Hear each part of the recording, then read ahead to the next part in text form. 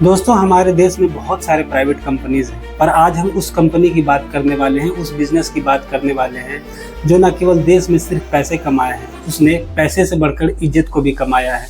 और आप वीडियो में देखेंगे कि उसने देश के डेवलपमेंट में कितनी बड़ी योगदान की है। आज हम बात करने वाले हैं टाटा कंपनी की, जिसने भारतीय व्यापार का चेहरा ही बदल के रख दिया। इस वीडियो में आज हम जानेंगे कि टाटा कैसे भरोसे का नाम हो गया। साथ ही इस वीडियो में हम ये भी जानेंगे कि हमारे भारत में बहुत सारे बिजनेस टाइकून हैं, जैसे अंबानी, अडानी, बिरला, पर इन सब की रिस्पेक्ट की बात की जाए तो आपको पता है कि टाटा फैमिली की जितनी रिस्पेक्ट है उतनी बाकियों की रिस्पेक्ट नहीं है। देखिए, टाटा ग्रुप ने वो देश को सब कुछ दिया है जब किसी देश को डेवलपमेंट के लिए सबसे ज़्यादा ज़रूरत होती है, जैसे पहला स्टील प्लांट, पहली 5 स्टार होटल, पहला एयरलाइंस, पहली कैंसर हॉस्पिटल, ऐसे और भी कई अन्य सारे चीज़ दिए हैं। जैसे आप रोड पे चलते हुए कार को देख लें, आपके घर में किचन में यूज होने वाले खाने में नमक टाटा कंपनी ही की होती है। दोस्तों, टाटा परिवार की कहानी का शुरुआत होता है गुजरात के नवसारी गांव से, जहां एक पारसी परिवार में नुसरवांजी टाटा और उनकी पत्नी जीवनबाई रहती थी। नुसरवांजी टाटा का काम कॉटन ट्रेडिंग का था और वो गुजरात से मुंबई जाकर कॉटन की बिजनेस किया करते थे। नुसरवांजी के शादी के कुछ समय बाद ही ईयर 1839 में उनके इकलौते पुत्र जमशेदजी टाटा का जन्म होता है। महज जब वो 14 वर्ष के होते हैं तो वो अपने पिता के काम में इंटरेस्ट दिखाने लगते हैं, पर जब उनकी उम्र 16 वर्ष होती है तो उनकी शादी हीराबाई से करा दी जाती है। उस समय वो मुंबई में एलिफिंस्टन कॉलेज से पढ़ाई कर रहे थे। साल था 1858 का, जब जमशेद जी ने अपनी पढ़ाई कंप्लीट कर ली और उन्होंने ये सोचा कि अब वो अपने फादर के बिजनेस में पूरी तरह से लग जाएंगे। ये वही साल था, 1858 वही साल था जब पूरे दुनिया में टेक्सटाइल की मांग जोर शोर से थी।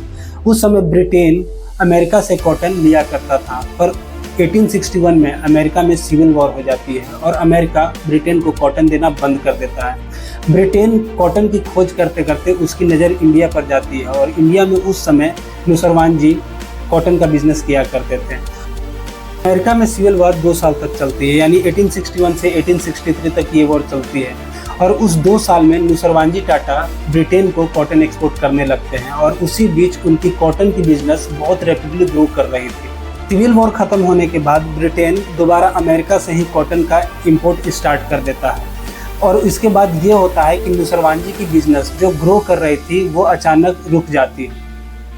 जब कॉटन की बिजनेस मंद पड़ गई तो जमशेदजी टाटा ने ये सोचा कि कॉटन से वो उठकर कुछ और करेंगे। उनका मन ये था कि वो क्लॉथ की मैन्युफैक्चरिंग में जाए, मतलब टेक्सटाइल कंपनी में जाए। क्लॉथ की मैन्युफैक्चरिंग के लिए 1877 में उन्होंने एक इम्प्रेस मिल खोला और ये नागपुर में खोला गया था। पर यहाँ समस्या ये था, यहाँ दिक्कत ये आ रही थी कि उनके अंदर जो भी वर्कर्स थे वो काम में सीरियस नहीं थे। कभी कोई आता था तो कभी कोई सप्ताह भर गायब रहता था और जो आता था वो मन लगा के काम नहीं किया करता था। जमशेदजी टाटा ने इसके लिए एक उपाय निकाला। उपाय उन्होंने ये निकाला कि क्यों ना फैक्ट्री वर्कर को खुश किया जाए, मतलब उन्हें कुछ प्रिविलेज दिया जाए। प्रिविलेज के तौर पे, फैसिलिटी के तौर पे उन्होंने फैक्ट्री वर्कर्स के लिए प्रोविडेंट फंड जैसी स्कीम दे दी। साथ ही सारे जो फैक्ट्री वर्कर थे उनका मेडिकल इंश्योरेंस भी करा दिया गया। इसका रिजल्ट ये देखा गया, जो पहले लोग नहीं आते थे वो लोग आने लग गए और इसमें वैल्यूड भी फील करने लग गए। समय था 1880 का, यानी ईयर 1880 का। इस समय जमशेदजी टाटा ने ये देखा कि भारत में रह रहे लोगों को इंडिपेंडेंस के लिए मांग बढ़ती जा रही है। जमशेदजी टाटा का ये सोचना था कि अगर भारत को इंडिपेंडेंस चाहिए, अगर भारत को इंडिपेंडेंस सस्टेन करके रखनी है तो इंडिया को इकोनॉमिकली स्ट्रांग होना बहुत ज़रूरी है और जितने भी इसेंशियल प्रोडक्ट होते हैं जैसे iron, steel, textile, energy resources, agriculture, इन सब पर काम करना होगा। और इसी सब के को देखते हुए जमशेदजी टाटा ने अलग अलग जगह पर काम स्टार्ट कर दिया। दोस्तों, यहाँ मैं आपको एक छोटी सी कहानी सुनाना चाहूँगा जिससे आपको ये पता चलेगा कि जमशेदजी टाटा कितने बड़े देश प्रेमी थे। आपको ये तो पता होगा कि जब हमारे देश में अंग्रेजी हुकूमत थी तो आम भारतीयों को जैसे होटल्स में, सिनेमा घरों में आसानी से एंट्री नहीं मिलती थी। इन्हीं सब को देखते हुए जमशेदजी टाटा ने ये सोचा कि वो 5 स्टार होटल बनाएंगे और ऐसा होटल बनाएंगे जो पूरी दुनिया से कम्पीट करेगी। और इसी सब को देखते हुए 1903 में, यानी 1903 में मुंबई में वो भारत का पहला 5 स्टार होटल ताज होटल खोलते हैं और ये भारत का एकमात्र ऐसा होटल था जो उस समय इलेक्ट्रिसिटी से, मतलब लाइट इलेक्ट्रिसिटी से चलती थी। जमशेदजी टाटा ने ऐसे काफ़ी सारे काम किए, पर जो उनका सपना था, जो उनका ड्रीम प्रोजेक्ट था, वो था स्टील का बिजनेस करना। उनका स्टील प्लांट लगाना इंडिया में एक सपना था, क्योंकि उन्हें पता था कि देश को डेवलप करने के लिए स्टील सबसे ज़्यादा ज़रूरत होगी।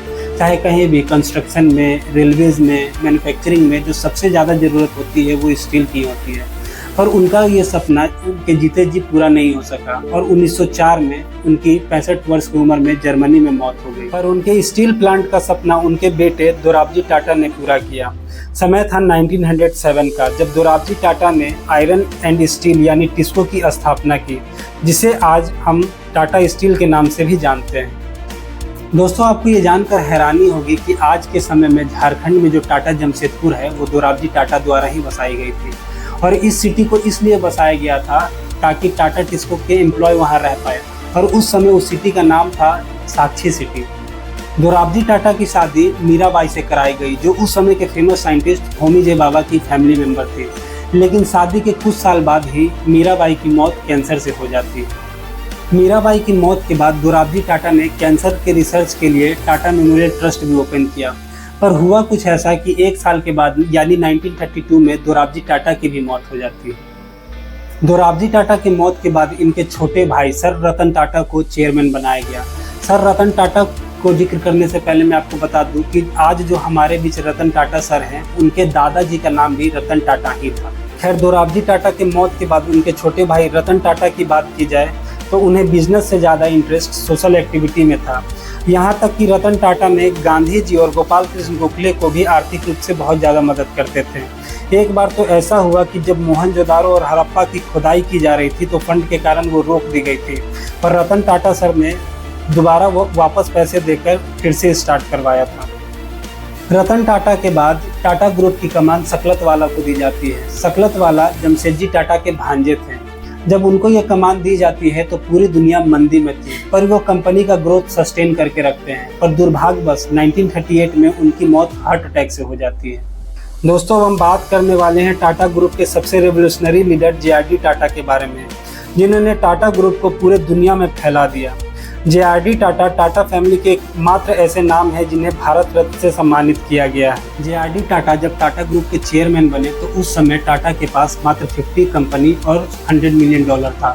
पर ये कुछ साल काम करने के बाद वो टाटा ग्रुप 95 प्लस कंपनी की ओनरशिप ले लेती है और उनके पास पैसा $5 बिलियन तक का हो जाता है। JRD टाटा की माँ फ्रांस की थी, इस कारण से उनका पूरा बचपन फ्रांस में बीता। और फ्रांस के गवर्नमेंट के रूल के अकॉर्डिंग उन्हें हर एक पर्सन को 1 साल आर्मी में सर्व करना रहता है, तो उन्होंने भी फ्रांस की आर्मी में सर्व किया था। और उन्हें आर्मी में सर्व करते हुए इतना मज़ा आया था ताकि वो अपना पूरा लाइफ कंटिन्यू उसी में देना चाहते थे। पर 1925 में उनके पिता ने इंडियन फैमिली बिजनेस को देखते हुए इसमें हेल्प करने के लिए उन्हें वापस इंडिया भेज दिया। JRD टाटा ने फ्लाइट उड़ाने की भी ट्रेनिंग ली थी और 1929 में उन्हें पहला कमर्शियल पायलट का लाइसेंस भी दे दिया गया। बात है 1932 की, जब JRD टाटा ने टाटा एयरलाइन की स्थापना की। पर 1953 में भारत सरकार ने एयर कॉरपोरेशन एक्ट के तहत टाटा एयरलाइन को अपने अंडर ले लिया और टाटा एयरलाइन से एयर इंडिया का नाम दे दिया। पर इसके बाद भी JRD टाटा 1977 तक एयर इंडिया के अध्यक्ष बने रहते हैं। JRD टाटा के कुछ बड़े अचीवमेंट को देखें तो उनमें कुछ है, जैसे 1939 में टाटा केमिकल की शुरुआत करना, जिसके तहत हमें देश का नमक यानी टाटा सॉल्ट देखने को मिला। बात करें 1936 की तो टाटा इंस्टीट्यूट ऑफ साइंस, 1941 में टाटा मेमोरियल हॉस्पिटल जो कैंसर के लिए पहला हॉस्पिटल था, 1945 में टाटा मोटर्स की स्थापना की और 1954 में वोल्टास, 1968 में TCS टाटा कंसल्टेंसी सर्विस और 1987 में टाइटन। ये इनके कुछ रिमार्केबल अचीवमेंट थे। मैं आया 1991 का, जब भारत में इकोनॉमिक लिबरलाइजेशन आया। इसमें यह था कि जितने भी फॉरेन ब्रांड थे, जितने भी फॉरेन कंपनी थे, बाहर की कंपनी थे, उन्हें भारत सरकार द्वारा ओपन कर दिया गया। और जब इनकी कंपटीशन विदेशी कंपनी से होने लगी तो टाटा लॉस में जाने लगा था।